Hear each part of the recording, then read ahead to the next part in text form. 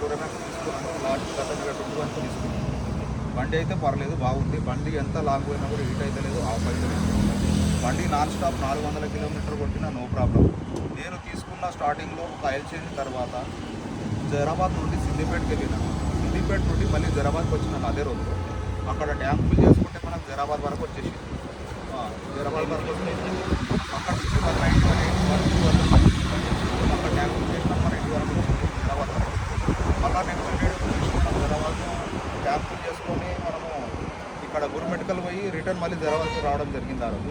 మళ్ళీ next day వచ్చేసి morning Zaheerabad tank full చేసుకొని సిద్దిపేట పోయి సిద్దిపేటలో అక్కడ డ్రాప్ చేసి వాళ్ళకి కస్టమర్లకి నెక్స్ట్ డే సిద్దిపేట నుంచి హైదరాబాద్కి వచ్చాము. హైదరాబాద్ నుంచి మళ్ళీ ఇక్కడ జైరాబాద్ రావడం జరిగింది.